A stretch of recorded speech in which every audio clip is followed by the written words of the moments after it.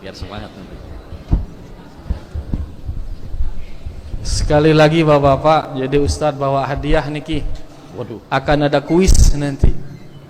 Ya, yang bisa jawab dapat hadiah.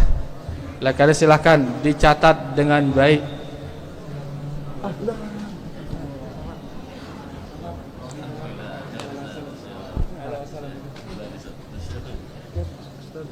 Alhamdulillah. Tapi ya sudah sakit-sakit. Khairul zawar. Loh, pakai ini apa ini? Dua-duanya. Ini agak nempel ya. Ini.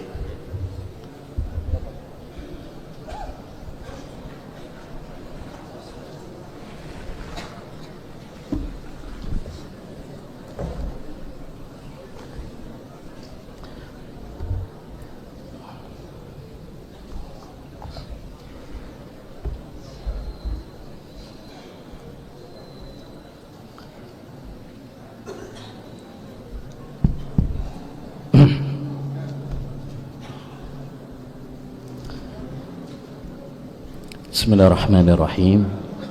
Assalamualaikum warahmatullahi wabarakatuh. Alhamdulillahirabbil alamin. Wa bihi nasta'in ala umurid dunya waddin. Wassalatu wassalamu ala asyrafil anbiya'i wal mursalin. Nabiyyina Muhammad wa ala alihi wa sahbihi ajma'in. ومن اهتدى بهداه واتبع أثره إلى يوم الدين أما بعد رب اشرح لي صدري ويسر لي أمري واحلل عقدة من لساني يفقه قولي اللهم إنا نسألك علما نافعا ورزقا طيبا وعملا متقبلا أيها الإخوة والأخوات, kaum muslimin wal muslimat, para jemaah sekalian yang semoga senantiasa dirahmati dan diberkahi oleh Allah Subhanahu wa taala. Alhamdulillah, kita bersyukur kepada Rabbuna Jalla wa Ala atas nikmat-nikmatnya yang begitu banyak, yang tak terhingga jumlahnya. Wa in ta'uddu ni'matallahi la tuhsuha. Andaikan kalian menghitung nikmat-nikmat Allah Subhanahu wa taala, enggak bakalan kalian bisa menghitungnya. Dan nikmat-nikmat Allah Subhanahu wa taala terbagi menjadi dua. Yang pertama, nikmat yang zahirah, yang nampak, seperti nikmat sehat, nikmat harta, nikmat keluarga, kelihatan. Nikmat yang kedua, nikmat yang batinah, yang tidak terlihat, tapi ini jauh lebih mahal harganya. Ini lebih berharga di sisi Allah Subhanahu wa taala, karena tidak diberikan kepada sembarangan orang. Hanya orang-orang pilihan, hanya orang-orang yang dikehendaki oleh Allah Subhanahu wa taala kebaikan untuknya yang mendapatkan nikmat kedua ini, yaitu nikmat iman, nikmat bisa beribadah kepada Allah Subhanahu wa taala, nikmat kita bisa ngaji ilmu agama. Ini nikmat yang jauh lebih berharga daripada yang pertama. Kata Nabi alaihi salatu wassalam, inna Allaha yu'tid dunya man yuhibbu wa man la yuhibb.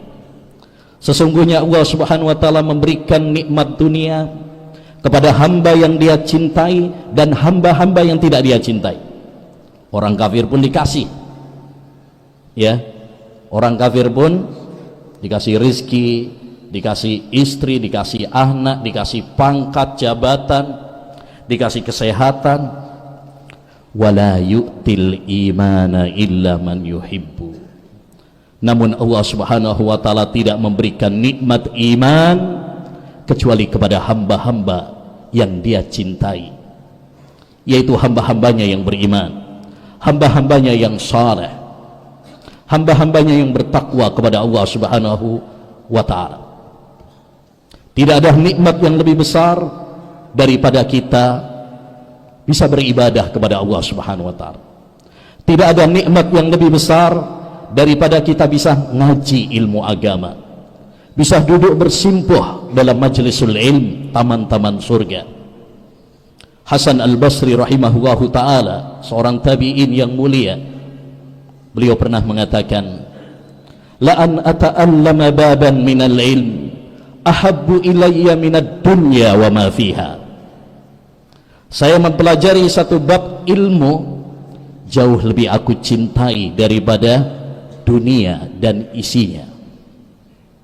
Bagaimana tidak? Menuntut ilmu adalah jalan pintas yang mengantarkan kita menuju surga Allah Subhanahu wa taala. Dalam hadis yang masyhur, Nabi sallallahu alaihi wasallam mengatakan, "Man salaka tariqan yaltamisu fihi ilman, sahhalallahu lahu bihi tariqan ilal jannah." Barang siapa yang menempuh perjalanan, baik menempuh perjalanan yang zahirah, yang nampak, seperti kita berjalan menuju masjid, berjalan menuju majlisul ilm, ya, atau semua sarana yang mengantarkan kita untuk meraih ilmu. Kita menghafal, kita mencatat, kita murajaah, itu masuk dalam hadis ini sebagaimana disebutkan oleh Al-Hafidh Ibnu Rajab Al-Hambali rahimahullahu ta'ala. Siapa yang menempuh perjalanan dalam rangka menuntut ilmu, maka Allah akan mudahkan baginya jalan menuju surga. Bagaimana menuntut ilmu tidak mulia dan berharga? Nabi sallallahu alaihi wasallam mengabarkan dalam hadis yang disahihkan oleh Syekhul Albani rahimahullah, man ghada ilal masjid la yuridu illa an yata'allama khairan aw yu'allimahu illa kana lahu ajrun ka ajri hajin taman hajjatuhu. Barang siapa yang pergi ke masjid tidak ada niat, tidak ada tujuan kecuali untuk menimba ilmu agama atau mengajarkannya, kecuali dia akan mendapatkan pahala seperti orang yang berangkat haji dan meraih haji yang sempurna, yaitu haji mabrur. Masya Allah, ini pas nih musim haji nih. Banyak orang yang berangkat haji, tapi mungkin kita belum ditakdirkan atau ketinggalan kloter, ya. Tapi jangan sedih, kita bisa mendapatkan pahala seperti haji kalau kita menghadiri majlis-majlisul ilm. Bagaimana menuntut ilmu tidak mulia? Nabi sallallahu alaihi wasallam bahkan memberikan kabar gembira, orang yang hadir dalam majlisul ilm, dia akan mendapatkan pahala seperti orang yang jihad. Kata Nabi alaihi salatu wassalam, man dakhala masjidana hadha liyata'allama khairan aw yu'allimahu kana kal mujahidi fi sabilillah. Barang siapa yang masuk ke masjidku ini untuk menuntut ilmu agama atau mengajarkannya, maka dia mendapatkan pahala seperti orang yang jihad di jalan Allah Subhanahu wa ta'ala. Karena menuntut ilmu juga jihad. Karena jihad seperti yang dikatakan oleh Imam Ibnul Qayyim dalam kitabnya Miftah Darus Sa'adah, ada dua. Ada jihad dengan pedang, jihad dengan senjata untuk melawan orang-orang kafir, dan yang kedua yaitu jihad dengan ilmu, jihad dengan hujjah, baik dari Al-Quran maupun sunnah, ya, untuk melawan orang-orang munafik, ahlul bidah dan pengekor hawa nafsu. Dan ini jihad yang paling penting pada zaman kita sekarang, ya, yaitu jihad dengan ilmu. Oleh karenanya, ayyuhal ihwah wal ahwat, kaum muslimin wal muslimat yang semoga senantiasa dirahmati oleh Allah Subhanahu wa ta'ala, hendaknya bagi kita semuanya untuk mencintai ilmu dan mencintai majlisul ilm.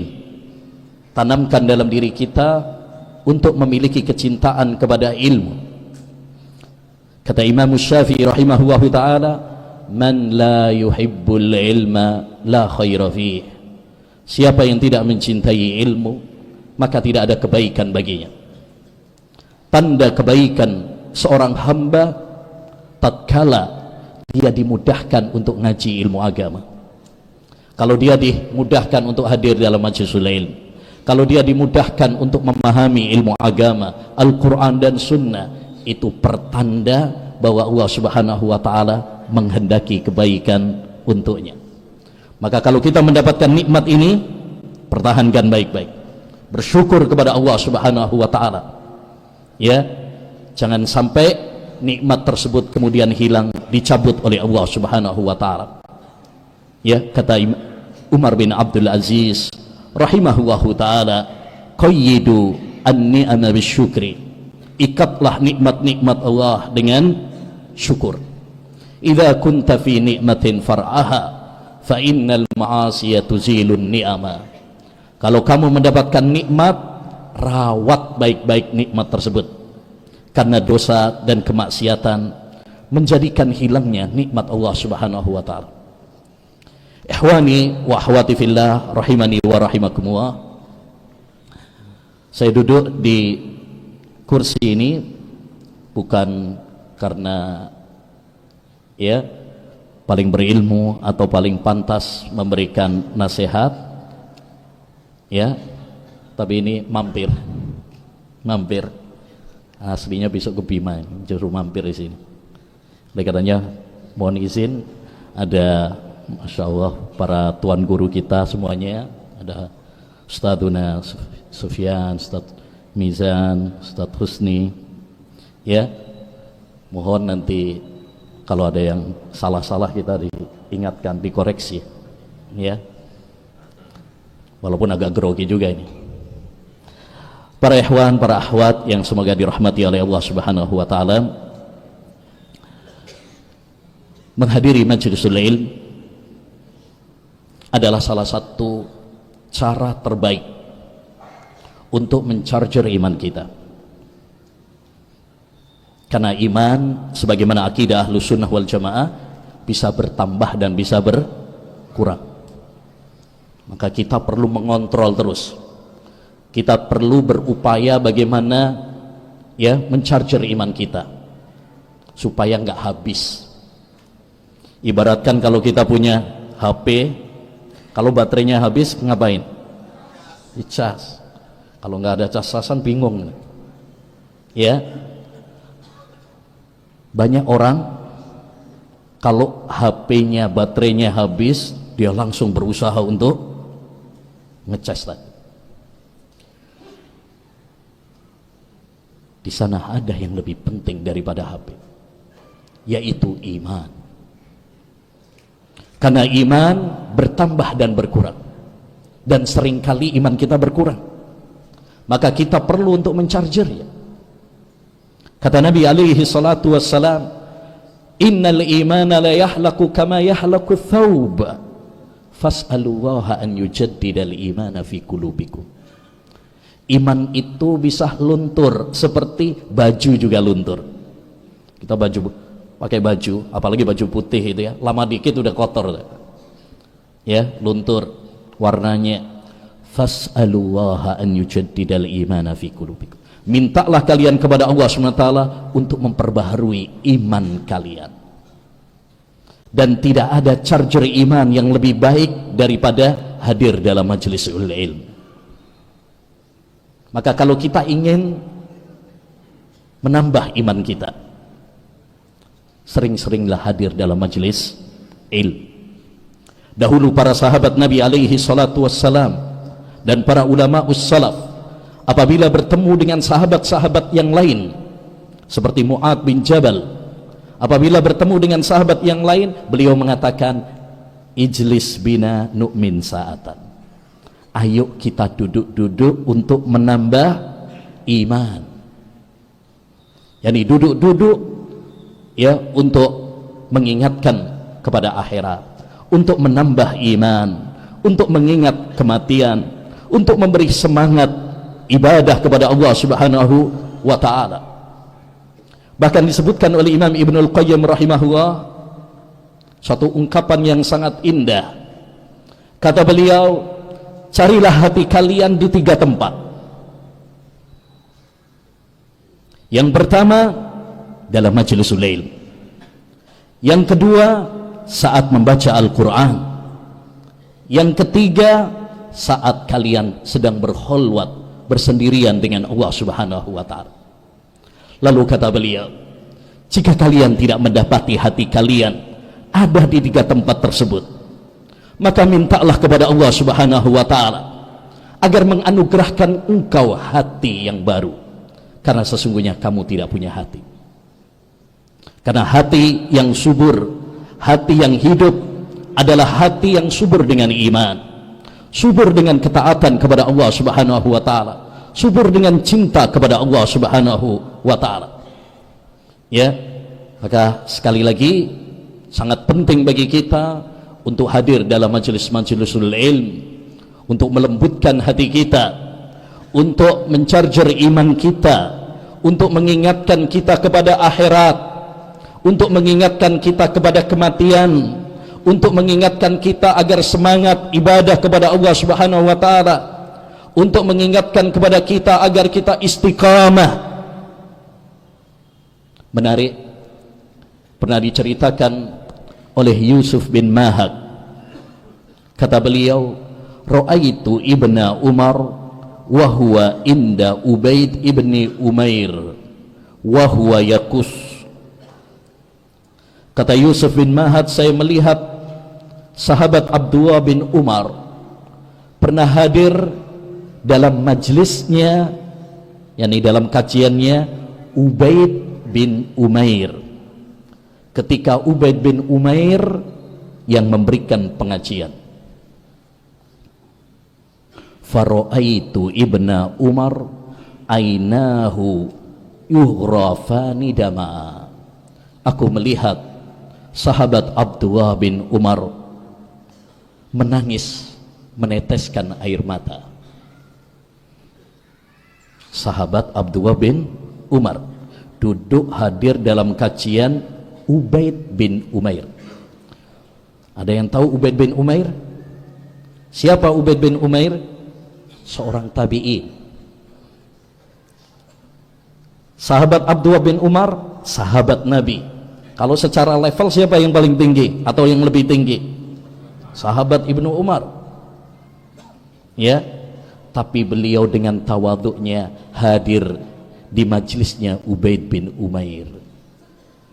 Kadang kita perlu untuk hadir dalam majlisul ilm. Ya, untuk apa? Melembutkan hati kita. Walau kita sudah memiliki ilmu, tapi ilmu yang paling penting adalah ilmu yang bermanfaat. Bukan cuma sekedar banyaknya hafalan, bukan sekedar luasnya wawasan. Sebagaimana kata Imam Syafi'i rahimahullahu ta'ala, laisal ilmu ma hufidha, innamal ilmu ma nafa'a. Ilmu itu bukan cuma sekedar yang dihafal, tetapi ilmu yang paling penting adalah ilmu yang bermanfaat. Ini yang paling penting. Maka cari majelis-majelisul ilm yang mengingatkan kita kepada akhirat. Disebutkan oleh Imam Abu Dawud rahimahullah mensifati majelisnya gurunya, yaitu Imam Ahmad bin Hanbal, kanat majalisu Ahmad majalisal akhirah. Adalah majelis Imam Ahmad itu majelis akhirat. La yudhkaru fihi syai'un min amri dunya qattu. Beliau tidak pernah membahas di majelisnya masalah-masalah dunia sedikit pun. Yang dia bahas hanyalah ilmu agama, ibadah, akhirat. Demikian juga dikatakan oleh Yunus bin Ubaid. Kata beliau, 30 tahun lamanya aku hadir dalam majelis Hasan al-Basri, seorang imam tabi'in yang mulia. Gak pernah beliau membahas pemimpin ini dilengserkan, pemimpin ini dilantik, harga-harga melambung tinggi. Artinya bukan bahas masalah dunia, bukan bahas masalah politik, tapi bahasnya adalah akhirat, bahasnya adalah mengingatkan kematian. Ini majelis-majelisul ilm yang kita butuhkan, majelis-majelisul ilm yang menjadikan kita semakin dekat dengan Allah Subhanahu wa ta'ala. Ayyuhal ihwa wal ahwat, kaum muslimin wal muslimat yang semoga dirahmati oleh Allah Subhanahu wa ta'ala. Ketika kita ingin untuk memperbaiki diri kita dengan ilmu ini, maka yang paling penting untuk kita perbaiki, kita mulai dengan memperbaiki hati kita terlebih dahulu. Karena hati adalah raja. Kata sahabat Abu Hurairah radhiyallahu an, al-qalbu kal malik wal a'dha'u junuduhu. Ya, hati itu ibaratkan raja, dan anggota-anggota tubuh yang lainnya ibaratkan prajurit-prajuritnya. Prajurit mah apa kata raja, apa kata panglimanya? Siapa yang memerintahkan mata? Siapa yang memerintahkan lisan? Siapa yang memerintahkan telinga? Hati. Kalau hatinya baik, dia akan memerintahkan mata melihat yang baik, dia akan memerintahkan telinga untuk mendengar yang baik, dia akan memerintahkan lisan berbicara yang baik. Sebaliknya, jika hati rusak, maka dia akan memerintahkan mata untuk melihat yang haram, dia akan memerintahkan telinga untuk mendengar yang haram, dia akan memerintahkan lisan untuk berbicara yang kotor, dia akan memerintahkan kaki melangkah ke tempat-tempat maksiat. Maka kalau kita ingin memperbaiki diri kita, perbaiki dulu apa? Hati. Kata Nabi alaihi salatu wassalam, la yastaqimu imanu abdin hatta yastaqima qalbuh. Tidak akan baik keimanan seorang hamba sampai baik dulu apa? Hatinya. Oleh karenanya, hendaknya bagi kita ayyuhal ikhwah untuk perhatian dengan masalah hati ini, lebih daripada perhatian kita kepada penampilan kita. Banyak orang sekarang lebih perhatian sama penampilan, ya, penampilannya masya Allah perhatikan sekali, ya, bagaimana biar nggak gembrot, makanya dia ya olahraga, senam. Bagaimana biar ganteng, biar cantik, makanya banyak orang, terutama kalau ibu-ibu ya, skincare dan lain sebagainya. Ya, orang begitu peduli sama pakaiannya, begitu peduli sama mobilnya, rumahnya, begitu peduli sama HP-nya, tapi jarang yang perhatian dengan hatinya. Padahal ini yang lebih inti. Kalau kita malu ketika bertemu dengan manusia dengan baju yang kotor, dengan badan yang bau, mestinya kita lebih malu tatkala Allah Subhanahu wa ta'ala melihat hati kita penuh dengan noda dan kotoran. Karena yang dilihat oleh Allah SWT bukan penampilan kita, tapi yang dilihat oleh Allah SWT adalah hati kita dan amal perbuatan kita. Sebagaimana dalam hadis Abu Hurairah dalam riwayat Muslim, bahwasanya Nabi SAW pernah mengatakan, innallaha la yanduru ila suwarikum wa ajsamikum wa amwalikum walakin yanduru ila kulubikum wa a'malikum. Allah Subhanahu wa ta'ala tidak melihat kepada harta kalian, kepada badan kalian, postur tubuh kalian. Bukan itu yang dinilai oleh Allah Subhanahu wa ta'ala, bukan itu yang dilihat oleh Allah Subhanahu wa ta'ala. Tapi yang dilihat oleh Allah SWT adalah hati kalian dan amal perbuatan kalian. Jangan sampai kita berpenampilan keren, dilihat sama orang bersih, ganteng, cantik, tapi dilihat oleh Allah SWT hati kita penuh dengan kotoran. kotoran syirik, kotoran bid'ah, kotoran maksiat, syubhat dan syahwat. Na'udzubillah min dzalik. Ma'asyiral muslimin wal muslimat rahimani wa rahimakumullah. Allah Subhanahu wa taala menciptakan kita di dunia ini untuk apa? Untuk beribadah. Ini visi misi kita. Kenapa kita ada di panggung dunia ini? Yaitu untuk beribadah kepada Allah Subhanahu wa taala. Apa dalilnya? Surat Az-Zariyat ayat 56. Insyaallah sudah hafal semuanya. Wa ma khalaqtul jinna wal insa illa liya'budun. Tidaklah aku ciptakan jin dan manusia kecuali agar mereka beribadah kepada aku, yaitu Allah Subhanahu wa taala. Ini ayat yang sangat penting yang mengingatkan kita tentang tujuan hidup kita. Kenapa kita ada di dunia ini? Kita ada di dunia ini bukan untuk makan, minum, berfoya-foya seperti binatang.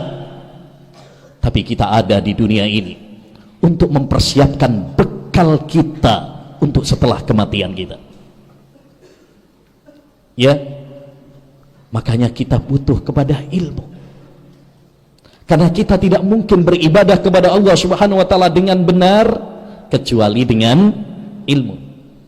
Karena ibadah sebagaimana sudah sering disampaikan oleh ustadz-ustadz kita, tidak diterima oleh Allah Subhanahu wa taala kecuali dengan dua syarat. Syarat yang pertama, ikhlas lillahi ta'ala. Syarat yang kedua, mutaba'ah, ittiba'. Mungkin enggak kita ittiba' dalam beribadah kalau kita enggak belajar ilmu agama? Mungkinkah kita sholat seperti sholatnya Nabi, sallu kama ra'aitumuni usolli, kalau kita enggak belajar tata cara sholatnya Nabi? Enggak mungkin. Mungkinkah kita ya haji seperti hajinya Nabi SAW, khudhu anni manasikakum, contohlah tata cara manasik hajiku, kalau kita enggak belajar tata cara manasik haji Rasulullah? Enggak mungkin, mustahil. Ya, oleh karenanya disinilah pentingnya kita ngaji ilmu agama. Ya, karena ilmu adalah sarana yang mengantarkan kita agar kita bisa beribadah kepada Allah Subhanahu wa taala dengan benar. Dengan ilmu kita bisa membedakan mana tauhid, mana syirik, mana sunnah, mana bid'ah, mana halal dan mana haram. Kata Rabi'atul Ra'i, gurunya Imam Malik rahimahullahu ta'ala, al-ilmu wasilah ila kulli fadilah. Ilmu itu adalah sarana menuju semua keutamaan, baik keutamaan-keutamaan di dunia maupun keutamaan di akhirat. Dengan ilmu kita bisa membedakan mana rute yang mengantarkan kita menuju surga dan mana rute yang mengantarkan kita ke neraka. Itulah kenapa, perhatikan baik-baik, siapa tahu nanti masuk ujian, nanti kan ada ujiannya di akhir ya. Nabi SAW pernah mengajarkan kepada kita sebuah doa yang sangat penting. Bahkan Nabi SAW setiap hari memanjatkan doa ini. Kata Nabi SAW, Allahumma inni as'aluka ilman nafi'a wa rizqan thayyiba wa amalan mutaqabbala. Ya Allah, aku memohon kepadamu ilmu yang bermanfaat, rizki yang halal, dan amal yang diterima. Perhatikan di sini, Nabi SAW berdoa minta berapa hal? 3. Ilmu yang bermanfaat, yang kedua rizki yang halal, dan yang ketiga amal yang diterima. Amal yang diterima itu maksudnya yang ikhlas dan ittiba. Karena amal tidak diterima oleh Allah SWT kecuali apabila memenuhi dua syarat tadi, ikhlas dan ittiba. Dari 3 permintaan ini, ternyata Nabi SAW yang pertama kali beliau minta adalah ilman nafi'a, ilmu dulu. Sebelum minta rizki yang halal, sebelum minta amalan yang diterima, yang pertama kali beliau minta adalah ilmu yang bermanfaat. Kenapa? Kata para ulama rahimahumullah ta'ala, karena tidak mungkin kita bisa tahu mana rizki yang halal dan mana rizki yang haram.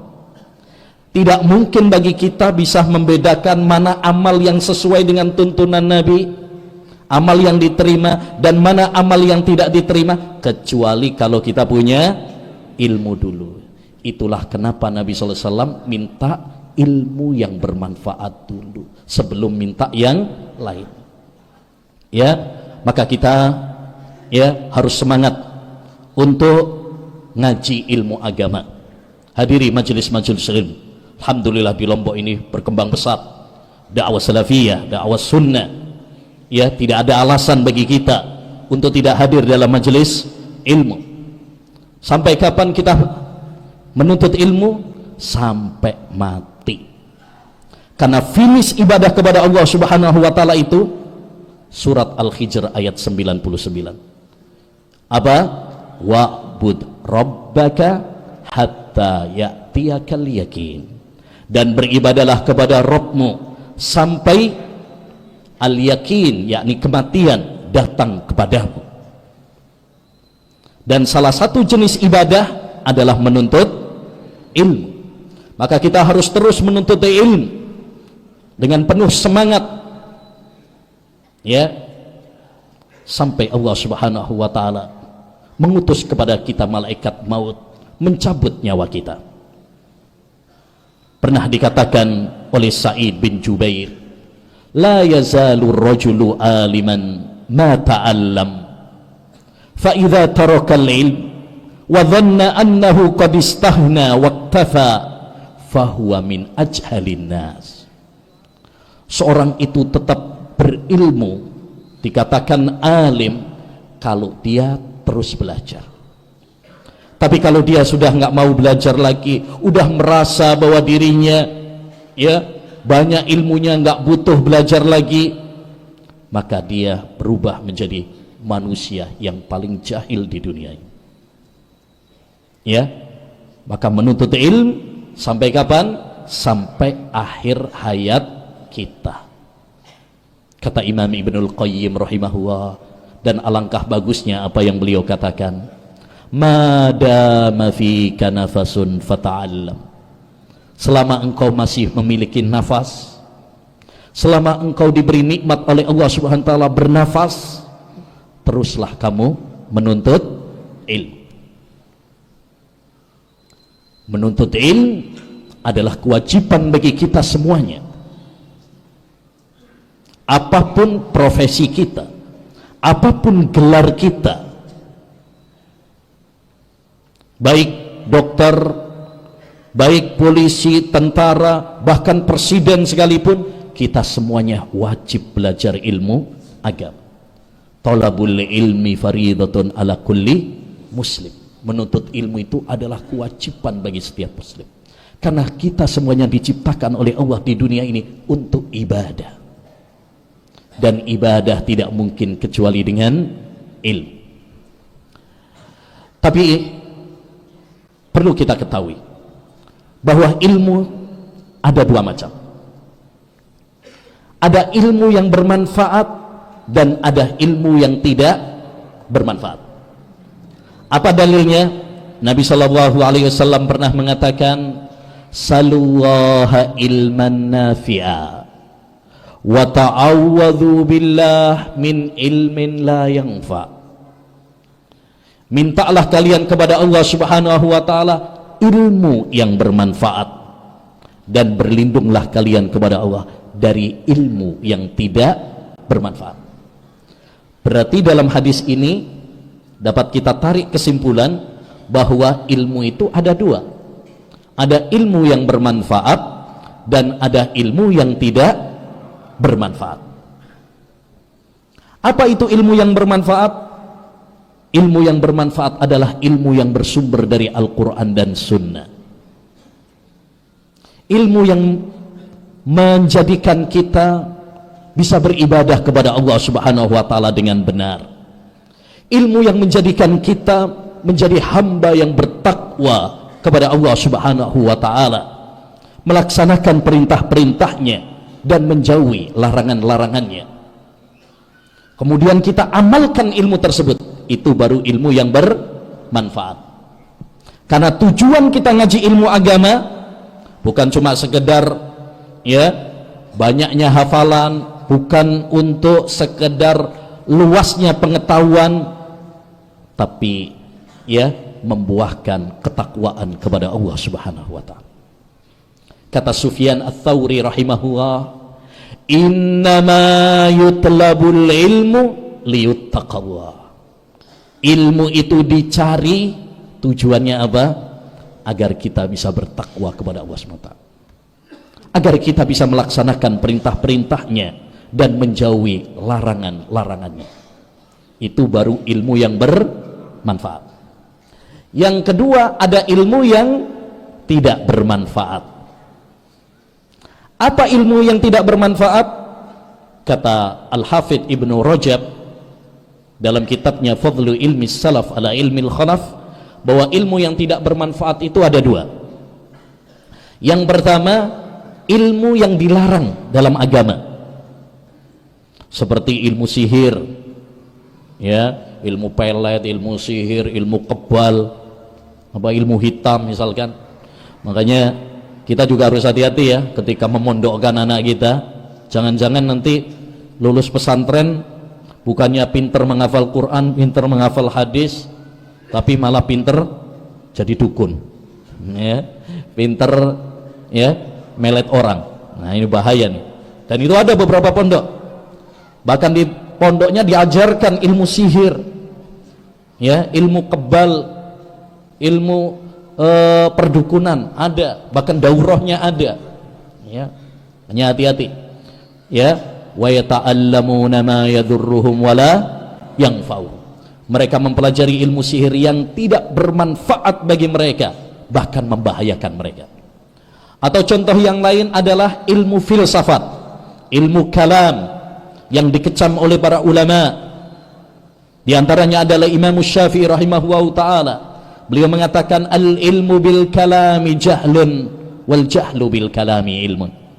Mempelajari ilmu kalam, ilmu filsafat adalah kebodohan, dan bodoh dengan ilmu filsafat adalah sebuah ilmu.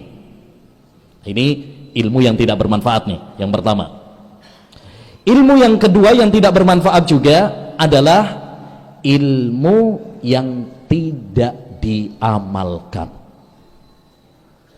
ya, ilmu yang tidak diamalkan.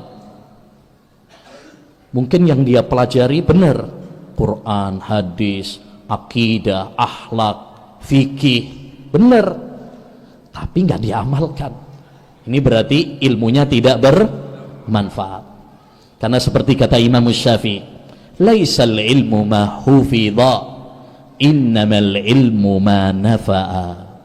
Ilmu itu bukan cuma sekedar dihafal, tapi ilmu yang sebenarnya adalah ilmu yang bermanfaat. Nah, apa tanda-tanda ilmu yang bermanfaat? Ini penting untuk kita pelajari sebagai bahan evaluasi bagi kita, sebagai bahan koreksi bagi kita, terutama saya pribadi. Ya, orang yang paling butuh dengan nasihat ini adalah pembicaranya. Ya, mari kita koreksi bersama-sama. Kita mungkin udah lama belajar ilmu agama, mungkin kita sudah sering ikut kajian, ya, tapi masalahnya, sudahkah ilmu yang kita pelajari ilmu yang bermanfaat? Sudahkah ilmu yang kita pelajari membersihkan hati kita? Nah, ini yang perlu kita evaluasi bersama. Apa tanda-tanda ilmu yang bermanfaat? Adzan ya? Adzan Ustaz? Naslam ya? Sampai subuh? Tadi katanya sampai jam 8 ya? Siap. Taib, tanda-tanda ilmu yang bermanfaat. Ini mari kita pelajari, kita renungkan untuk menjadi evaluasi bagi kita semuanya. Ya. sebagai koreksi bagi kita semuanya, introspeksi, muhasabah bagi kita semuanya. Sudahkah kita memiliki tanda-tanda ini atau tidak? Kalau kita sudah memiliki tanda-tanda ini, bersyukurlah, pertahankan, ya. Tapi kalau belum, maka kita harus segera memperbaikinya sebelum terlambat. Karena penyesalan selalu di belakang. Kalau di depan namanya pendaftaran katanya. Baik. Yang pertama, tanda ilmu yang bermanfaat ayyuhal ikhwah adalah membuahkan rasa takut kepada Allah Subhanahu wa taala. Kata sahabat Abdullah bin Mas'ud, kafa bi khasyatillahi ilma. Cukuplah rasa takut kepada Allah Subhanahu wa taala itu sebagai ilmu. Dan kata Imam Ahmad bin Hanbal rahimahullah, innamal ilmu khasyatullah. Sesungguhnya ilmu yang sebenarnya itu adalah khasyatullah, rasa takut kepada Allah Subhanahu wa taala. Ya, maka mari kita koreksi. Kita belajar ilmu agama. Sudahkah menjadikan kita takut sama Allah Subhanahu wa taala? Takut kepada Allah Subhanahu wa taala bukan berarti kita menangis, meneteskan air mata, bukan sekedar itu. Tapi takut kepada Allah Subhanahu wa taala itu adalah tatkala kita tergoda untuk melakukan kemaksiatan dan dosa, kita mampu mengerem hawa nafsu kita. Ya, itu yang disebut dengan rasa takut kepada Allah Subhanahu wa taala. Yang kata Imam Ibnu Rajab, afdhalul a'mal khasyatullahi fi sirri wal alaniyah. Amalan yang paling mulia di sisi Allah adalah takut kepada Allah Subhanahu wa taala saat kita sendirian dan saat kita dalam keramaian. Maka koreksi masing-masing kita. Sudahkah setelah kita ngaji ilmu agama, kita takut sama Allah Subhanahu wa taala?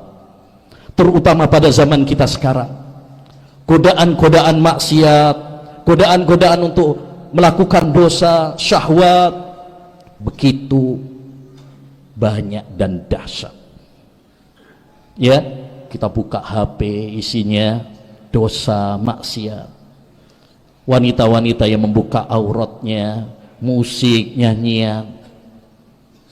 Apalagi saat kita sedang sendirian, disitulah diuji ilmu kita, iman kita, diuji rasa takut kita kepada Allah Subhanahu wa taala. Karena ingat, tatkala kita dimudahkan oleh Allah Subhanahu wa taala untuk melakukan dosa, bukan berarti Allah sedang mengizinkan kita, tapi Allah sedang menguji kita. Apakah kita takut sama Allah Subhanahu wa taala ataukah kita takut sama manusia? Allah Subhanahu wa taala berfirman dalam surat Al-Maidah, ya ayyuhalladzina amanu la yabluwannakumullahu bisyai'in minas sayd tanaluhu aydikum wa rimahukum liya'lamallahu may yakhafuhu bil ghaib. Wahai orang-orang yang beriman. Ayat ini dimulai dengan panggilan wahai orang-orang yang beriman. Dan kata sahabat Abdullah bin Mas'ud, kalau kamu mendengar Allah berfirman dalam Al-Quran, wahai orang-orang yang beriman, pasang telingamu baik-baik. Karena itu ayat yang sangat penting, yang menunjukkan konsekuensi keimanan seorang hamba. Allah akan menguji kalian dengan binatang buruan saat ihram, untuk umrah, untuk haji. Tanaluhu aydikum wa rimahukum, yang bisa ditangkap, dipegang oleh tangan kalian dan senjata kalian. Jadi dulu Nabi sama para sahabat ketika haji atau umrah itu sebelum ihram, terus binatang-binatang buruan nggak kelihatan, nggak nongol. Begitu sudah ihram, dan kita tahu kalau sudah ihram itu salah satu larangannya adalah nggak boleh berburu, nggak boleh berburu. Justru ketika sudah ihram, sudah terlarang, itu binatang malah muncul semuanya, lalu lalang, bisa dipegang pakai tangan. Kata Allah Subhanahu wa taala, liya'lamallahu may yakhafuhu bil ghaib. Tujuannya agar Allah SWT tahu siapa yang betul-betul takut sama Allah SWT. Ayat ini penting untuk kita resapi baik-baik. Ketika Allah SWT pada zaman kita sekarang memudahkan kita untuk melakukan dosa, terutama dengan media sosial, dengan HP, ya, apalagi saat kita sedang sendirian, disitulah Allah sedang menguji ilmu kita, Allah sedang menguji iman kita. Allah Subhanahu wa Ta'ala sedang menguji apakah kita takut sama Allah Subhanahu wa Ta'ala atau takutnya sama orang, takutnya sama istri, takutnya sama orang tua, takutnya sama ustadz. Maka koreksi ya ilmu kita. Kalau ilmu belum membuahkan rasa takut kepada Allah Subhanahu wa Ta'ala, berarti ilmu kita belum bermanfaat. Tapi kalau ilmu kita mungkin walaupun pas-pasan, tapi menjadikan kita semakin takut sama Allah Subhanahu wa Ta'ala, berarti itu tanda bahwa ilmu kita bermanfaat. Ini tanda yang pertama. Tanda yang kedua, ilmu yang bermanfaat adalah bila ilmu tersebut membuahkan amal. Kalau kita amalkan ilmu tersebut, bukan cuma sekedar teori, bukan cuma sekedar hafalan, bukan cuma sekedar nilai dalam kertas dan ijazah, tapi membuahkan amal dalam kehidupan kita. Karena sejatinya tujuan kita belajar ilmu agama adalah untuk bertakwa kepada Allah Subhanahu wa Ta'ala. Kalau ilmu belum kita amalkan, berarti ilmunya tidak bermanfaat. Kata Imam Ibnul Qayyim rahimahullahu ta'ala, kullu ilmin la yazidul imana quwwatan wa thabatan fahuwa madhul. Setiap ilmu yang tidak menambahmu iman dan tidak menambahmu lebih semangat beribadah kepada Allah Subhanahu wa Ta'ala, tidak membuahkan amal saleh, maka itu adalah ilmu yang terkotori, ilmumu palsu, ya. Karena ilmu yang murni, ilmu yang sejati adalah ilmu yang diamalkan. Kita semuanya akan ditanya oleh Allah Subhanahu wa Ta'ala tentang ilmu yang telah kita pelajari. Sudahkah kita amalkan atau belum? La yazulu qadama abdin hatta yus'ala an arba. Kata Nabi sallallahu alaihi wasallam, tidak akan bergeser dua kaki hamba sampai akan ditanya tentang 4 hal. Salah satunya wa an ilmihi fima amila bi. Tentang ilmunya, sudahkah dia mengamalkannya atau tidak? Ya. Abu Ishaq Al-Albiri dalam qasidahnya, ta'iyahnya, pernah mengatakan suatu kalimat yang sangat indah. Wa in u'tita fihi tawila ba'in wa qala an-nasu annaka alimta fala ta'man su'alallahi anhu bitawbihin alimta fahal amilta fara'sul ilmi taqwallahi haqqa wa laysa bi ayyuqala ra'asta. Kata beliau Abu Ishaq Al-Albiri, dia punya qasidah Ta'iyah, kalau kamu mendapatkan ilmu yang luas, orang-orang memujimu bahwa kamu ya alim ulama, tokoh agama, maka jangan merasa aman, karena kelak kau akan ditanya oleh Allah Subhanahu wa Ta'ala, alimta fahal amilta. Kau sudah punya ilmu, namun sudahkah kamu mengamalkan ilmu? Kau sudah punya ilmu, sudahkah kamu mengamalkan ilmu? Kau sudah punya ilmu, sudahkah kamu mengamalkan ilmu? Ini yang nanti akan ditanya oleh Allah Subhanahu wa Ta'ala. Fara'sul ilmi taqwallah. Inti dari ilmu adalah ketakwaan kepada Allah Subhanahu wa Ta'ala, bukan mendapatkan pujian manusia bahwa kamu adalah alim ulama, kau tokoh agama. Bukan itu. Nggak ada artinya pujian manusia kalau kita dimurka oleh Allah Subhanahu wa taala. Tidak ada artinya kita populer, disanjung oleh manusia, bahkan semua yang ada di dunia ini, kalau Allah Subhanahu wa taala tidak cinta kepada kita. Dan yang menarik, kalau kita perhatikan surat Al-Alaq, yang merupakan surat yang pertama kali Allah turunkan kepada Nabi kita Muhammad sallallahu alaihi wasallam. Surat ini diawali dengan menuntut ilmu. Iqra bismi rabbikal ladzi khalaq. Bacalah dengan apa? Membaca adalah jendela untuk mendapatkan ilmu. Maka kita harus semangat membaca. Di samping kita hadir dalam majelis ilmu, ya, usahakan kita punya gemar, hobi untuk membaca yang bermanfaat, membaca Quran, membaca hadis, membaca buku-buku yang bermanfaat. Dan ditutup oleh Allah Subhanahu wa taala dengan wasjud waqtarib. Sujudlah, yakni salatlah, waqtarib, dan mendekatlah kepada Allah Subhanahu wa taala. Perhatikan surat ini, diawali oleh Allah Subhanahu wa taala dengan ilmu, dan ditutup oleh Allah Subhanahu wa taala dengan salat dan mendekat kepadanya, untuk memberikan peringatan dan pelajaran kepada kita bahwa tujuan ilmu adalah amal. Percuma kita belajar ilmu kalau kita tidak mengamalkannya. Kadang-kadang sebagian di antara kita setelah ngaji ilmu agama malah meremehkan. Dulu sebelum ikut kajian lebih dalam, semangat sholat berjamaahnya. Setelah tahu bahwa ternyata hukum sholat berjamaah ada khilaf, ada perbedaan. Ada yang mengadakan sholat berjamaah wajib, ada pula yang mengatakan sunnah. Akhirnya saya ikut yang sunnah aja, sehingga dia malas sholat berjamaah ke masjid. Ini berarti semakin belajar ilmu agama bukan malah semakin semangat ibadah, malah semakin mundur. Dulu sangat takut kepada Allah SWT, meninggalkan dosa-dosa. Ternyata setelah dia semakin belajar, dia tahu, oh ternyata dosa itu ada dua, ada dosa besar, ada dosa kecil. Ah, ternyata ini cuma dosa kecil. Akhirnya dia meremehkan.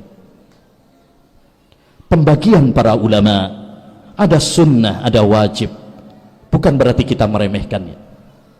Pembagian para ulama, dosa, ada dosa besar, ada dosa kecil, bukan berarti kita meremehkan yang besar dan meremehkan yang kecil. Bukan itu tujuan. Makanya dulu para ulama, para sahabat, ketika mereka mendengar perintah dari Nabi SAW, ya, mereka nggak nanya ini wajib atau sunnah, enggak. Kalau itu sebuah perintah, mereka berusaha untuk mengamalkannya, terlepas apakah itu wajib ataukah sunnah. Lihat Al-Imam Syafi'i rahimahullah ta'ala, beliau dalam masalah hukum mandi besar, mandi pada hari Jumat, sebagaimana jumhur ulama, beliau mengatakan bahwasanya hukum mandi hari Jumat itu sunnah, tidak wajib. Madhab jumhur, termasuk madhab Syafi'i, mengatakan tidak wajib. Mandi Jumat itu tidak wajib. Tapi apa kata Imam Syafi'i? Saya tidak pernah meninggalkan mandi hari Jumat, baik musim panas maupun musim dingin, baik saat mukim maupun saat safar. Inilah ilmu,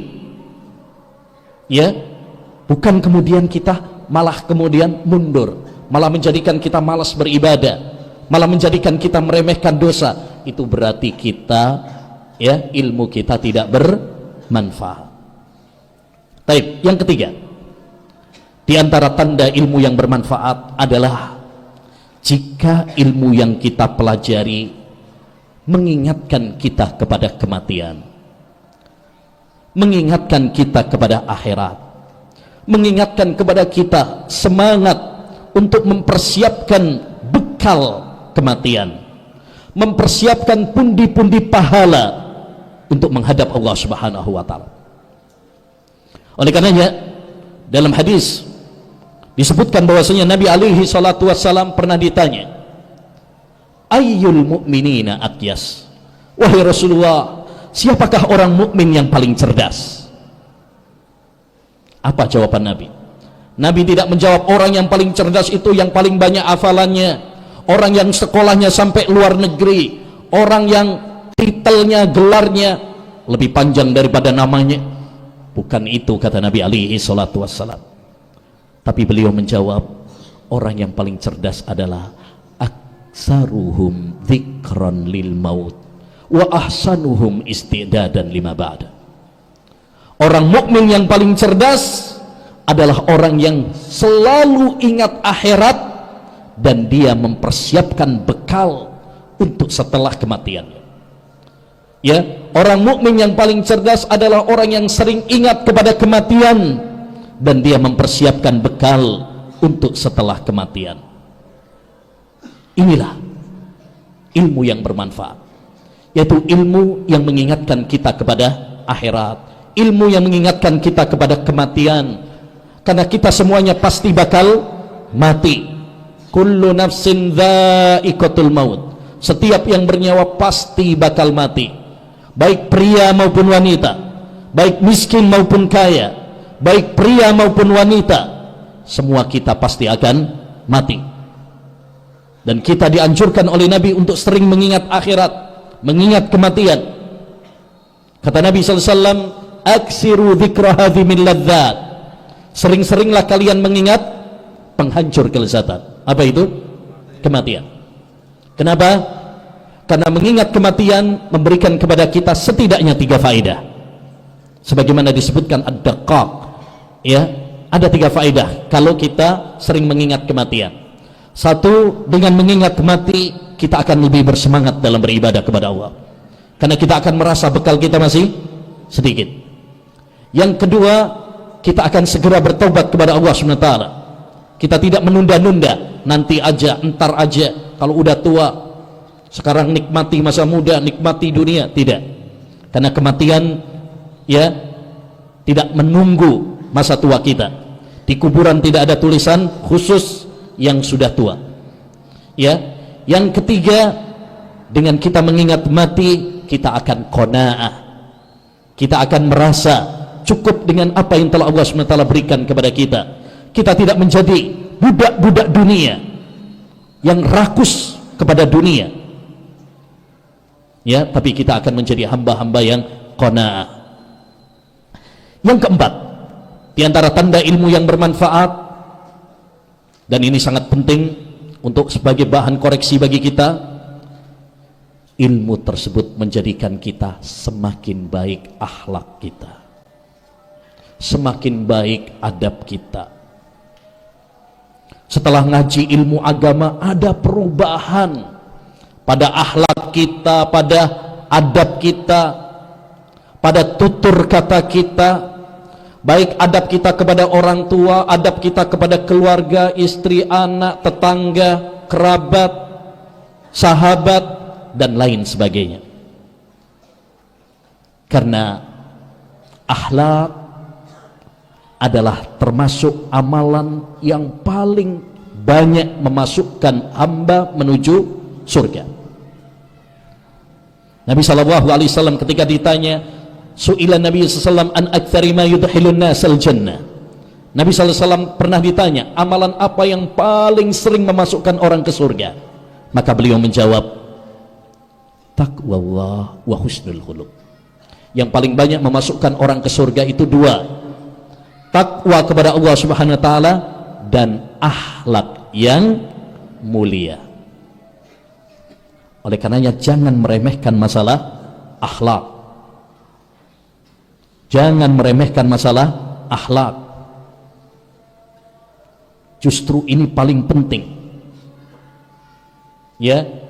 Setelah takwa kepada Allah, setelah akidah, setelah iman, hubungan kita kepada Allah Subhanahu wa taala, jangan meremehkan juga masalah akhlak, hubungan kita sesama manusia. Karena kita harus menjalin hubungan yang baik kepada Allah Subhanahu wa taala, juga harus menjalin yang baik dengan sesama manusia, terutama bagi para penuntut ilmu, terutama bagi ikhwan akhwat yang udah ngaji. Setelah kita ngaji harus berubah akhlaknya dengan yang lebih baik. Kalau kita belajar ilmu agama tapi belum merubah akhlak kita menuju yang lebih baik, berarti pertanda ilmu kita tidak bermanfaat. Hati-hati. Kata Syekh Ibnu Utsaimin rahimahullah dalam kitabnya Syarah Hilyah Talibul Ilm, kata beliau, penuntut ilmu apabila tidak menghiasi dirinya dengan akhlak yang mulia, maka sejatinya ilmunya tidak bermanfaat. Ya, man izdada ilman walam yazdad bihi huda falyattahim ilma. Siapa yang bertambah ilmunya tapi tidak semakin baik akhlaknya, maka hendaknya dia mencurigai ilmunya. Dia harus koreksi ilmunya. Jangan-jangan ada yang salah. Harus ada perubahan yang lebih baik. Masya Allah, setelah kita ngaji ilmu agama, kita sama orang tua lebih berbakti, sama keluarga lebih, sama istri lebih sayang, sama anak lebih perhatian, ya, sama orang akhlaknya semakin baik, semakin ramah, suka membantu, tidak menyakiti. Ada perubahan. Jangan sampai setelah ngaji ilmu agama semakin sangar, semakin pelit senyum, ya, tidak. Waqi' Ibnul Jarrah, gurunya Imam Syafi'i rahimahullah ta'ala, pernah beliau dicelah oleh orang. Beliau enggak membalasnya. Ketika ditanyakan kepada beliau, kenapa engkau tidak membalasnya? Kan dia telah mencelamu, dia telah menghinamu, kenapa engkau tidak membalasnya wahai imam? Maka kata beliau, ya, walima ta'allamna idzan. Kalau saya membalas celaan dengan celaan, terus buat apa saya ngaji ilmu agama? Kalau setiap orang yang mencela dan menghina saya membalas dengan celaan juga, terus buat apa saya belajar ilmu agama? Berarti nggak ada perubahan dong. Masya Allah, ini jawaban yang luar biasa. Maka ngaji ilmu agama harus kita ada perubahan, akhlak kita harus lebih baik, ya, terutama kepada orang-orang yang paling dekat dengan kita, ya, kepada keluarga kita. Nabi SAW mengatakan, khairukum khairukum li ahli'i wa ana khairukum li ahli. Sebaik-baik kalian adalah yang paling baik sama keluarganya, dan saya orang yang paling baik sama keluarga saya. Maka ahlus sunnah adalah orang yang paling baik dan paling sayang sama keluarganya. Yang kelima, di antara tanda ilmu yang bermanfaat adalah menghilangkan penyakit syubhat dan syahwat. Ini penyakit hati. Penyakit hati itu ada dua. Yang pertama syubhat, kerancuan, keraguan dalam hati seorang, dalam masalah akidah, dalam masalah iman, seperti yang Allah firmankan tentang orang-orang munafik, fi qulubihim maradun fazadahumullahu marada. Di dalam hati mereka terdapat penyakit, yakni penyakit syubhat. Yang kedua, ada penyakit namanya penyakit hati syahwat. Syahwat kepada wanita, syahwat kepada harta, syahwat kepada dunia.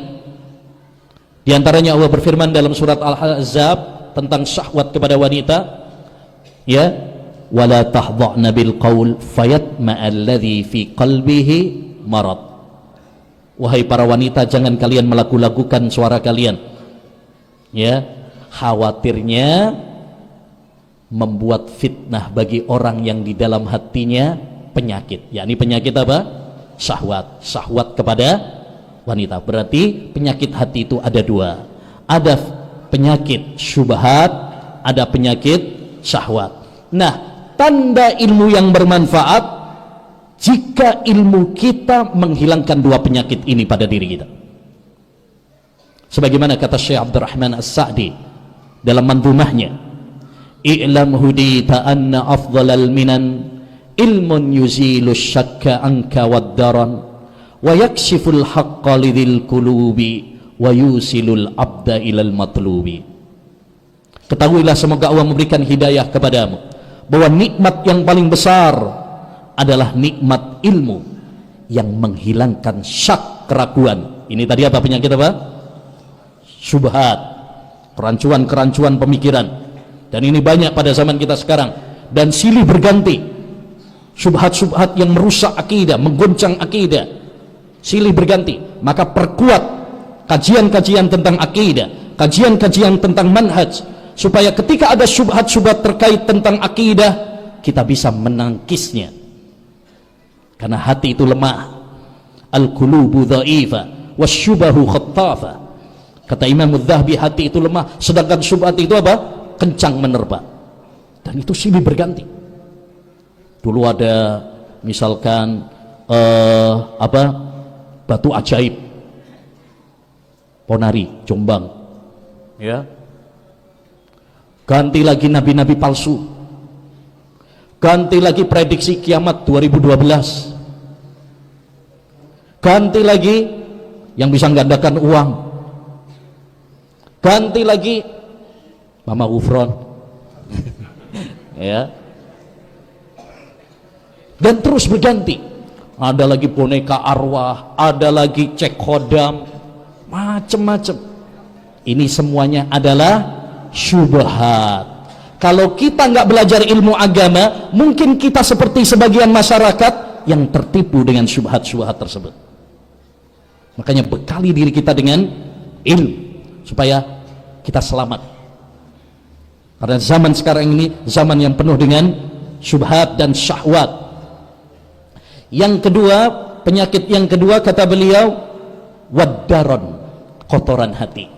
Ini yang dimaksud adalah fitnah syahwat, ya. Dan ini membutuhkan ilmu, membutuhkan kesabaran mengerep syahwat, ya. Nah, yang keenam, ayyuhal ikhwah, tanda ilmu yang bermanfaat adalah jika ilmu tersebut menjadikan kita semakin berlapang dada menghadapi perbedaan, gak gampang baperan, gak gampang musuhan sama orang. Semakin kita berilmu, semakin kita dewasa, semakin kita berlapang dada. Dikatakan oleh Imam Ibnul Qayyim rahimahullahu ta'ala, kullama ittasa'a ilmu rajul ittasa'at rahmatuh. Semakin luas ilmu seseorang, maka akan semakin luas pula kasih sayangnya kepada orang lain. Semakin kita ngaji ilmu agama, kita akan semakin sayang terhadap orang lain, bukan semakin senang musuhan. Semakin kita dewasa, semakin kita berlapang dada. Makanya penting kita mempelajari fikih dan perbedaan pendapat di kalangan para ulama, supaya kita belajar dewasa menghadapi perbedaan. Kata Qatadah bin Di'amah As-Sadusi, seorang tabi'in yang mulia, kata beliau, man lam ya'riful hilaf lam yashumma anfuhul fik. Siapa yang tidak mempelajari perbedaan pendapat di kalangan para ulama, maka hidungnya belum mencium bau fikih. Makanya penting belajar fikih atau adanya perbedaan-perbedaan pendapat di kalangan para ulama, supaya kita semakin dewasa, supaya kita semakin berlapang dada menghadapi perbedaan yang ada. Kadang perbedaan di antara kita aja ada perbedaan, apalagi sama masyarakat ada perbedaan lagi. Oleh karenanya ahlus sunnah hendaknya semakin berlapang dada, ya, menghadapi perbedaan, ya, tidak baperan, tidak suka tengkar, debat kusir, sampai kemudian ya membuat kita saling bermusuhan antara satu dengan yang lain. Terutama kita ahlus sunnah wal jamaah, kita ini udah dikit, jumlah kita dikit, ghuraba, orang-orang yang asing.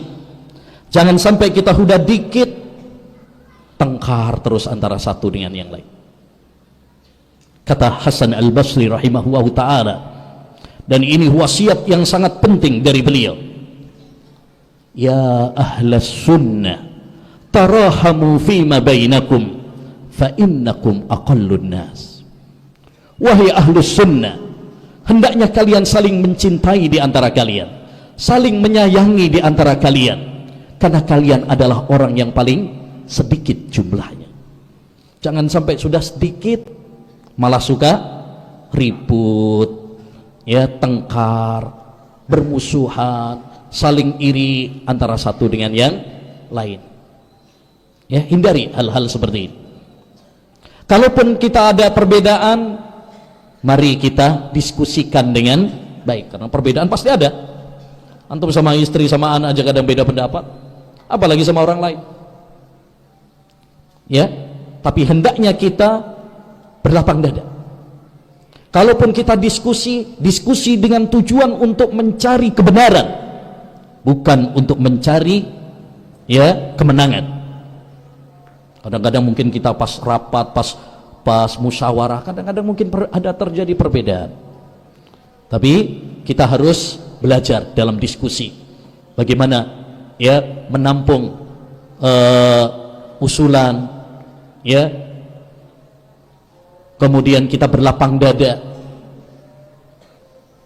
Menarik, pernah diceritakan bahwasanya Imam Syafi'i rahimahullahu ta'ala pernah beliau debat dengan Imam Abu Ubaid Al-Qasim ibn Sallam. Imam Abu Ubaid Al-Qasim bin Sallam ini seorang ulama juga, ya, beliau ahli tafsir, ahli bahasa, ahli hadis, ya, temannya Imam Syafi'i, temannya Imam Ahmad bin Hanbal juga, pakar hadis, pakar tafsir, pakar bahasa Arab. Diskusi tentang firman Allah Subhanahu wa taala, wal mutallaqatu yatarabbasna bi anfusihinna salasata quru. Wanita-wanita yang ditalak itu hendaknya mereka tarabbus, yang menunggu, yaitu masa iddah, selama salasata quru, 3 kali quru. Apa arti quru dalam ayat ini? Apakah artinya 3 kali suci atau 3 kali haid? Karena dalam bahasa Arab, quru itu lafadz yang mustarak, bisa bermakna 2, bisa bermakna haid, bisa bermakna, ya, suci. Maka mereka berselisih dalam ayat ini artinya apa, apakah suci atau haid. Imam Syafi'i rahimahullah ta'ala mengatakan 3 kali haid. Imam Abu Ubaid Al-Qasim bin Salam mengatakan 3 kali suci. Lalu masing-masing membawakan dalilnya, membawakan argumennya, ya, dari sisi hadis, dari sisi tafsir, dari sisi bahasa, karena dua-duanya pakar, dari sisi fikih. Namun apa yang terjadi setelah diskusi? Setelah diskusi masing-masing ganti pendapat. Imam Syafi'i yang awalnya mengatakan 3 kali haid, setelah diskusi, setelah debat malah mengatakan pendapat yang lebih kuat 3 kali suci. Imam Abu Ubaid setelah debat, ya, malah dia mengatakan yang paling kuat adalah 3 kali haid. Masing-masing ganti pendapat, masing-masing terpengaruh dengan argumen yang dibawakan oleh temannya. Itu menunjukkan bahwa mereka, kalaupun mereka diskusi, bukan untuk mencari kemenangan, tetapi mencari kebenaran, mana yang lebih kuat. Lah ini yang perlu kita belajar. Kadang-kadang kita, terutama sebagian yang baru-baru ngaji, ya, ngajinya pas-pasan, bahasa Arab belum bisa, tapi kalau suruh debat, Masya Allah, apalagi kalau di media sosial nggak kelihatan orangnya, ya, debat kusir, ya, saling tengkar, saling bermusuhan, kadang-kadang keluar, ya, kata-kata kebun binatang, ya. Bukan seperti itu kita belajar ilmu agama. Kita belajar ilmu agama hendaknya semakin kita berlapang dada. Baik, masalah yang terakhir, ayyuhal ikhwah, bagaimana kita meraih ilmu dan kesucian hati. Bagaimana kita meraih ilmu dan, ya, meraih kesucian hati. Yani bagaimana kiat-kiatnya? Yang pertama, ayyuhal ikhwah, cara yang pertama agar kita mendapatkan ilmu dan mendapatkan kesucian hati, yaitu dengan meluruskan niat, dengan ikhlas. Ya, kata Syekh Abdul Aziz bin Baz rahimahullahu ta'ala, aku wasiatkan kepada kalian agar berniat yang baik, karena niat yang baik merupakan sumber semua kebaikan. Ya, ini sumber semua kebaikan. Seperti juga pesannya Imam Ahmad bin Hanbal kepada putranya, dan ini pesan untuk kita semuanya juga. Kata Imam Ahmad bin Hanbal rahimahullah, ya bunayya inwil khaira fa innaka la tazalu bi khairin ma nawaital khair. Wahai putraku, berniatlah yang baik, engkau akan senantiasa dalam kebaikan di dunia dan di akhirat selama engkau berniat yang baik. Maka kalau kita ingin mendapatkan ilmu, kalau kita ingin mendapatkan hati yang bersih, ikhlaskan kita dalam setiap amal ibadah kita, dalam setiap tutur kata kita, dalam setiap tindakan kita.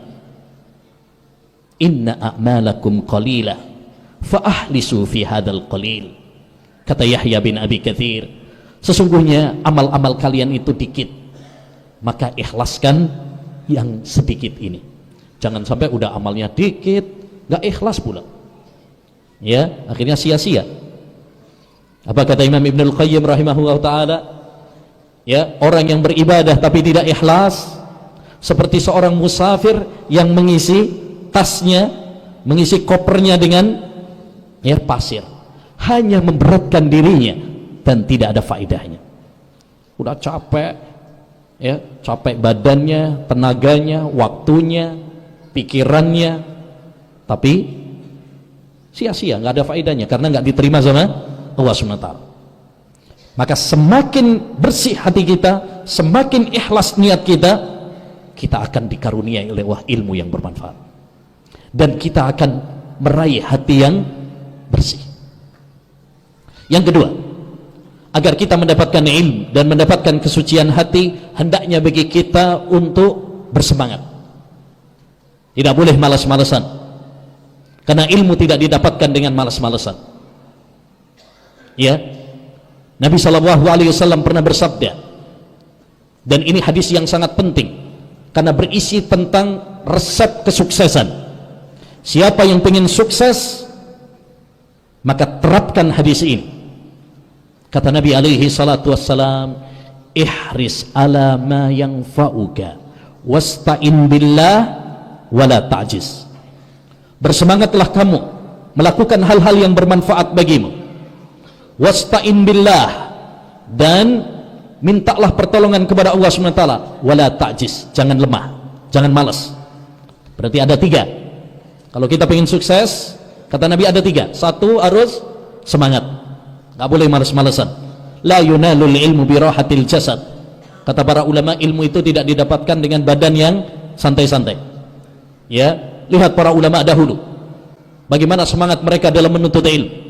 Ada yang melakukan perjalanan berbulan-bulan hanya untuk mendapatkan 1 hadis. Ya, berbulan-bulan. Kita alhamdulillah sekarang ini nggak nyampe berbulan-bulan, nggak nyampe 1 hari malahan, hanya 1 jam 2 jam udah dapat berapa hadis tadi. Kalau dicatat, ya, harus semangat. Ya, bahkan para ulama dalam perjalanannya ada yang sampai kencing darah, ada yang sampai kelaparan, ada yang sampai mati.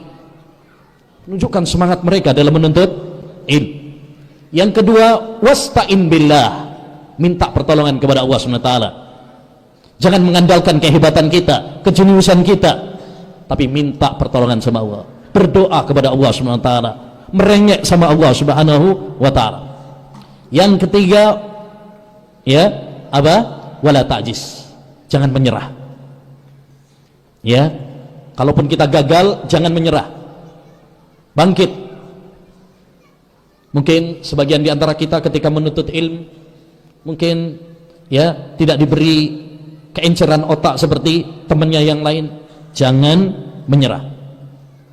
Ya, yang paling penting kita terus semangat belajar ilmu agama. Ya, masalah hasil nanti Kita dilihat oleh Allah bukan hasilnya, tapi bagaimana usaha kita, semangat kita. Menarik, pernah diceritakan bahwasanya Al-Imamul Al-Kasai, seorang ulama ahli bahasa Arab, ilmu nahwu, awal belajarnya juga nggak bisa. Dikisahkan bahwa beliau pertama kali belajar nahwu putus asa, ya, susah. Itu orang Arab padahal, apalagi kita bukan orang Arab. Makanya kalau ada pelajaran bahasa Arab biasanya kalau dibuka awalnya aja yang rame, ya, habis itu mundur teratur, rontok dikit-dikit, ya. Nah, awalnya Imam Al-Kasai juga begitu, nggak paham-paham, udah akhirnya malas, buat apa belajar nahwu. Kemudian duduk, pas ketika duduk di bawah pohon, dia lihat ada semut. Semut ini naik, bawa makanan, naik, jatuh lagi, bawa lagi, jatuh lagi, sampai yang ketiga kalinya berhasil. Akhirnya dia belajar dari situ. Masa saya kalah sama semut? Semut aja nggak nyerah, ya, masa saya nyerah? Saya harus balik lagi belajar ilmu nahwu. Akhirnya dia semangat belajar ilmu nahwu dan menjadi ulama pakar dalam nahwu. Makanya kalau yang belajar nahwu sering disebut tuh Sibawai, Kasai, ya, itu seorang pakar dalam ilmu nahwu. Maka kita harus semangat dalam belajar ilmu ini, tidak boleh malas-malesan. Apalagi zaman sekarang, ya, banyak kajian-kajian, ya, termasuk di Lombok ini, di masjid ini banyak kajian-kajian. Ya, tidak ada alasan bagi kita untuk malas belajar ilmu agama zaman sekarang. Kalaupun nggak bisa hadir, sekarang ada rekamannya, ada di YouTube-nya, ada buku-buku gratis lagi, ya, PDF-nya, tulisan-tulisan, radio, TV. Nggak ada alasan bagi kita untuk nggak belajar ilmu agama. Ya, sekarang banyak orang banyak alasan kalau untuk belajar ilmu agama. Hujan, panas, liburan, waktunya kerja. Terus kapan belajar ilmu agama?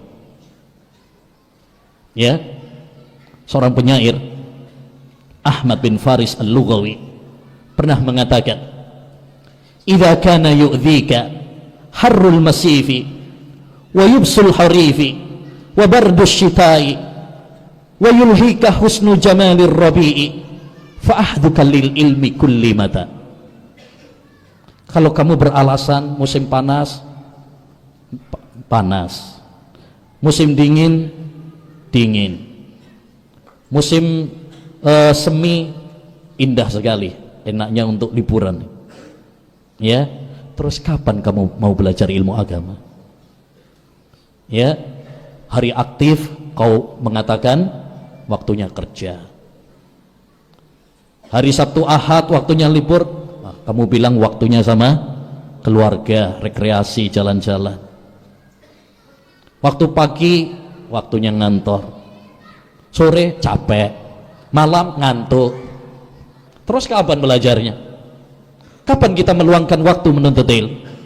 Nabi saja orang yang sibuk tetap belajar sama Jibril, padahal istrinya Nabi banyak. Kita istri cuma satu, bahkan belum punya istri kadang, tapi banyak alasan untuk tidak belajar ilmu agama. Maka harus semangat dalam belajar ilmu agama. Yang ketiga, agar kita mendapatkan ilmu dan mendapatkan hati yang bersih, banyak doa kepada Allah SWT. Ini penting, kawan. Banyak doa kepada Allah SWT. Karena doa seperti yang dikatakan Syekhul Islam, ad-du'a'u miftahu kulli khairin fid dunya wal akhirah.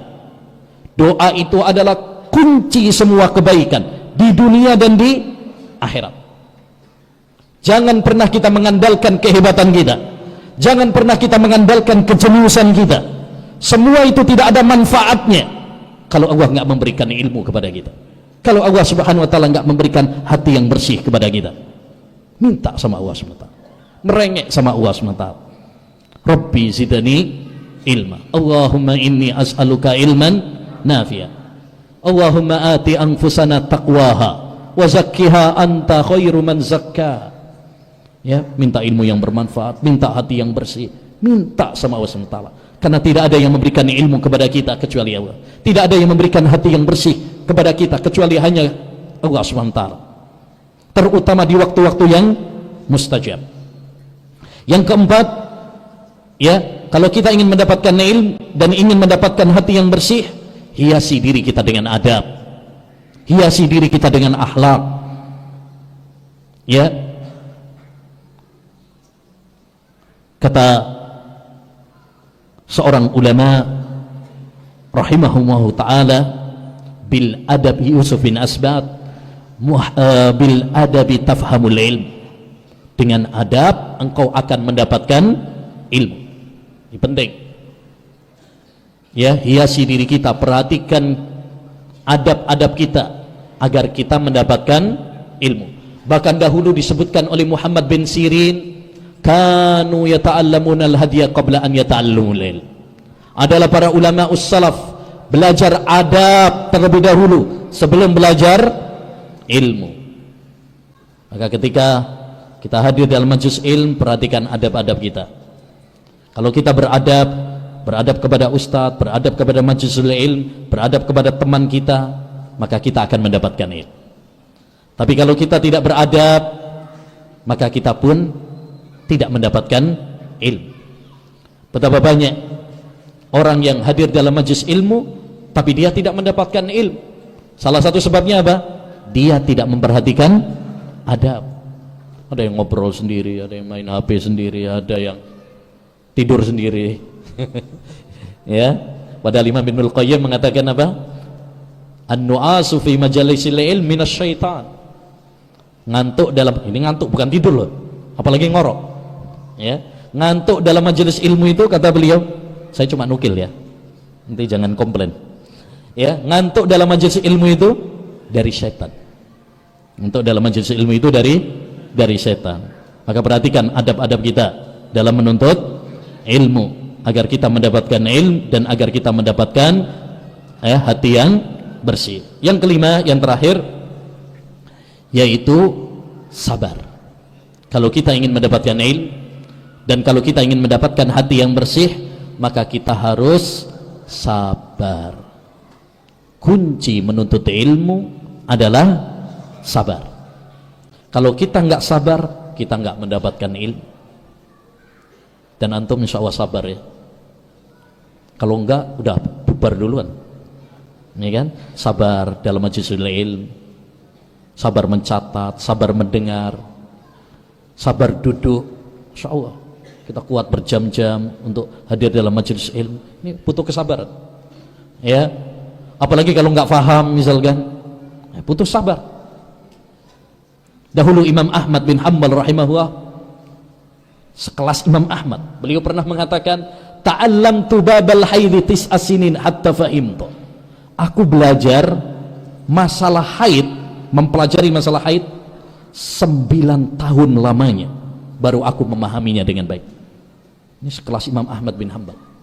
Sekarang kita belajar ilmu pengennya instan, pengennya cepat, pengennya sehari 2 hari langsung jadi Syekhul Islam. Ya, pengennya cepat, instan. Padahal mie instan saja nggak bisa instan, perlu dimasak dulu. Maka kita jangan tergesa-gesa. Man ramal ilma jumlatan dhahaba anhu jumlatan. Siapa yang menginginkan ilmu sekaligus maka akan hilang sekaligus. Butuh kesabaran, butuh waktu, tahapan, harus sabar. Perhatikan kata Nabi Musa alaihissalam ketika belajar kepada Nabi Khidir. Apa kata beliau? Satajiduni insyaallahu sabira wala a'si laka amra. Kau akan mendapati aku orang yang sabar. Jadi kalau mau belajar harus sabar. Kalau nggak sabar misalkan dimarahin sama ustadznya, baper, ya besok nggak hadir lagi tuh. Ya, kajiannya nyindir dia, wah nggak enak ini kajiannya. Kemarin saya ketampar, kesindir, nggak hadir lagi. Kalau kita baperan seperti itu, nggak punya kesabaran, ya nggak akan mendapatkan ilmu. harus sabar. Ya, harus sabar. Baik. Intinya, ayyuhal ikhwah rahimani wa rahimakumullah, hendaknya bagi kita semuanya untuk semangat belajar ilmu agama. Ya, karena dengan ilmu insyaallah kita akan meraih hati yang bersih. Ya, menjadi orang-orang yang terbaik. Khairun nas mahmum afdhalun nas mahmumul qalba sadukul lisan. Sebaik-baik manusia itu adalah yang jujur lisannya dan baik hatinya. Qalu sadukul lisani na'rifuhu ya Rasulullah. Kalau orang yang jujur kami tahu wahai Rasulullah. Fama mahmumul qalb? Apa orang yang hatinya bersih itu? Qal huwa taqiyyun naqi alladzi la ghilla wala hasad. Ya, hati yang bersih itu yaitu hati orang yang bertakwa, hati yang jernih, tidak ada hasad, tidak ada kedengkian, permusuhan di dalam hatinya. Itu baru hati yang bersih. Dan ini hatinya para nabi, hatinya para sahabat. Lihat Nabi Muhammad SAW, ya, ketika ya beliau berdakwah, ketika beliau dalam perang Uhud, beliau perangi, beliau dilukai, bahkan Nabi pada dalam perang Uhud itu apa? Terluka. Ya. Begitu juga ketika beliau ke Taif, beliau dilempari sampai berlumuran darah. Lalu didatangi oleh malaikat, bahkan menawarkan malaikat gunung untuk dilemparkan kepada penduduk Taif. Tapi Nabi SAW mengatakan, bal arju an yuhrijallahu min aslabihim man ya'budullah wala yusyriku bi syai'an. Aku berharap akan ada orang-orang dari keturunan mereka yang beribadah kepada Allah dan tidak menyekutukannya. Demikian juga Nabi SAW dalam perang Uhud, ketika beliau terluka, berarti Nabi juga enggak kebal ya, terluka juga beliau. Ya, Nabi SAW mengatakan, Allahumma ighfir li qaumi fa innahum la ya'lamun. Ya Allah, ampunilah kaumku karena mereka tidak tahu. Di sini kata Imam Ibnul Qayyim menunjukkan kebersihan hatinya Nabi, karena beliau mendoakan maghfirah untuk kaumnya. Yang kedua, memaafkan mereka. Yang ketiga, menyandarkan kepada dirinya, kaumku. Tetap disandarkan kepada Nabi SAW. Yang keempat, Nabi SAW memberikan udzur kepada mereka, fa innahum la ya'lamun, karena mereka tidak tahu. Begitu juga jika ada di antara masyarakat kita yang dulu memusuhi kita, yang dulu mungkin ikut demo, ya, misalkan, ya, kita doakan mudah-mudahan mereka mendapatkan hidayah. Jangan jadi pendendam, jangan jadi pendendam, diincarnya. Oh ini nih, awas nih, ya. Nah, maafkan mereka, doakan mereka, mudah-mudahan diampuni oleh Allah SWT. Bisa jadi di antara mereka yang awalnya memusuhi, kelak mereka akan menjadi pembela-pembela tauhid, pembela-pembela sunnah. Kita nggak ada yang tahu, hidayah di tangan Allah Subhanahu wa ta'ala, ya. Dan kita pun nggak ada yang tahu apakah kita akan tetap istiqamah di atas tauhid dan sunnah ini atau tidak. Hati bisa berubah-ubah, berbolak-balik. Kata Nabi SAW, ahbib habibaka haunan ma asa ayyakuna baghidaka yauman ma. Cintailah orang yang kamu cintai sedang-sedang saja, nggak usah berlebihan, karena orang yang kamu cintai sekarang bisa jadi berubah menjadi musuhmu, orang yang kamu benci di waktu mendatang. Wa abghid baghidaka haunan ma asa ayyakuna habibaka yauman ma. Dan bencilah orang sedang-sedang aja, nggak usah berlebihan, karena bisa jadi orang yang kamu benci sekarang bisa berubah menjadi temanmu, orang yang kamu cintai di masa mendatang. Ya, maka bersihkan hati kita agar kita berjumpa dengan Allah SWT di akhirat kelak dengan hati yang bersih. Yauma la yanfa'u malu wala banun illa man atallaha biqalbin salim. Tidak ada yang bermanfaat pada hari itu, harta dan anak-anak, kecuali orang yang datang menghadap Allah dengan hati yang bersih. Inilah hati penduduk surga. Hati mereka bersih, tidak ada kedengkian, tidak ada permusuhan. Wa naza'na ma fi sudurihim min ghillin ihwanan ala sururim mutaqabil. Ya, kami cabut dari dada para penduduk surga ini kedengkian. Kemudian mereka duduk-duduk bertelakan di atas ya ranjang-ranjang hias mereka. Ya, itulah hati penduduk surga. Mudah-mudahan Allah Subhanahu wa taala membersihkan hati kita di dunia ini sehingga ya kita berjumpa dengan Allah Subhanahu wa taala pun menjadi penduduk surga dengan hati yang bersih. Amin ya rabbal alamin. Demikian ayyuhal ikhwah wal akhwat rahimani wa rahimakumullah yang bisa kita bahas. Mudah-mudahan apa yang telah kita pelajari bermanfaat bagi kita semuanya. Dan sebelum kita tutup, seperti yang tadi sudah disampaikan, ada ujiannya ya. Ada ujiannya. Siapa yang bisa jawab, insya Allah nggak ada soal jawab antum yang nanya ke saya, nggak perlu. Di sini sudah banyak masyayikh ya. Tapi saya yang ngasih pertanyaan. Saya yang ngasih pertanyaan. Siapa yang bisa ngasih jawaban, insya Allah ada hadiahnya. Dan nanti mungkin minta sama Ustadz minta pertanyaan juga Ustadz ya. Gantian Ustadz ya. Ada akhwatnya juga ada. Yang ikhwan aja ya udah. Taib, yang ikhwan dulu. Ana dulu yang ngasih pertanyaan. Taib, siapa yang bisa menyebutkan macam-macam ilmu? Nah,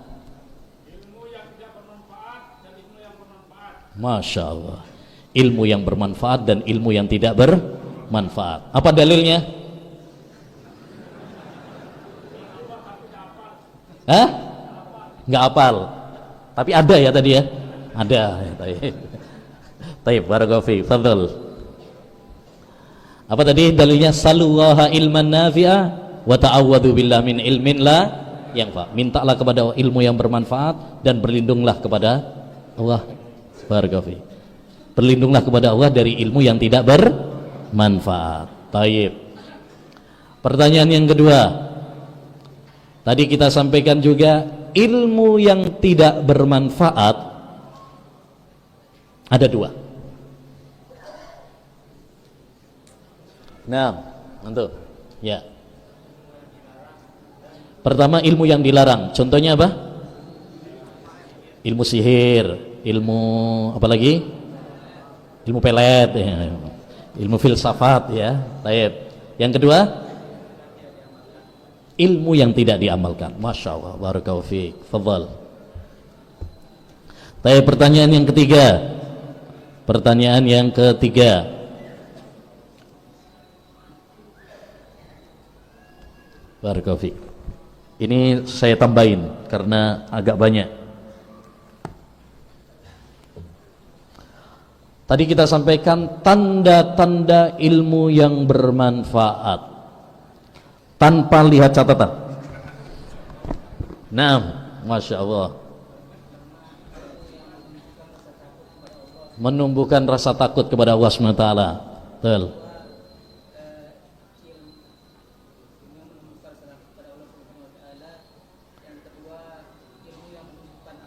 Ilmu yang menumbuhkan amal. Masya Allah. Tayyib. Ilmu yang mengingatkan kepada kematian. Masya Allah. Ilmu yang menjadikan akhlak kita semakin baik. Masya Allah. Masya Allah, terjaga dari fitnah syubhat dan syahwat. 6. Yang keenam, lupa. Ya lumayan lah ya. Yaudah nggak apa-apa. Betul. Taib. Apa yang keenam? Yang menjadikan kita semakin berlapang dada. Nah, nggak baperan. Taib. Taib, tadi kita sampaikan juga, ini saya tambahin juga, kiat-kiat mendapatkan ilmu dan hati yang bersih. Oh ya, sebelah sini ya. Wah, komplain dia. Satu, meluruskan niat, betul. Ya, harus semangat. Taib. Banyak doa. Taib. Taib, berakhlak. Nah, sabar. Sudah? Oh, sudah. Barakallahu fiik. Taib. Fadhil Ustaz, masih banyak ini hadiahnya. Antum aja. Ganti-ganti Ustaz.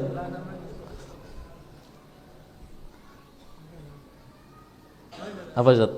Nah. Oh ya, Taib. Sebelah sini gantian. Ya, ini pertanyaan dari Ustadz Mizan tadi. Tadi dalam doa, Allahumma inni as'aluka ilman nafi'a wa rizqan thayyiba wa amalan mutaqabbala, ada 3 doa. Tapi kenapa yang pertama kali diminta adalah ilmu yang bermanfaat? Nah, fadhal. Masya Allah. Santri, ya. Kenapa?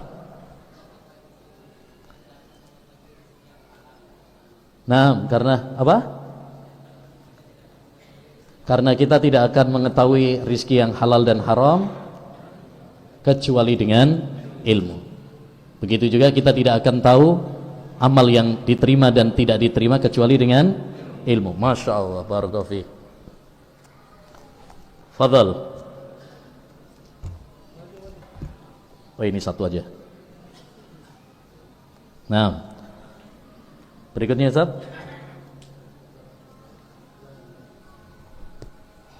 Apa lagi Ustaz? Saya juga kehabisan ini. Masih banyak ini. Bisa sampai jam 12 ini.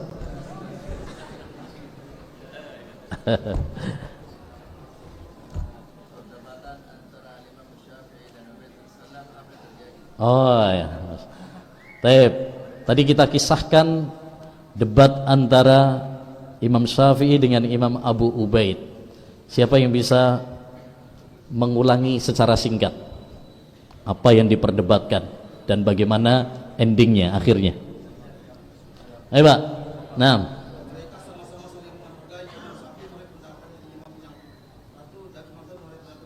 Iya, debatnya tentang apa tadi? Nah.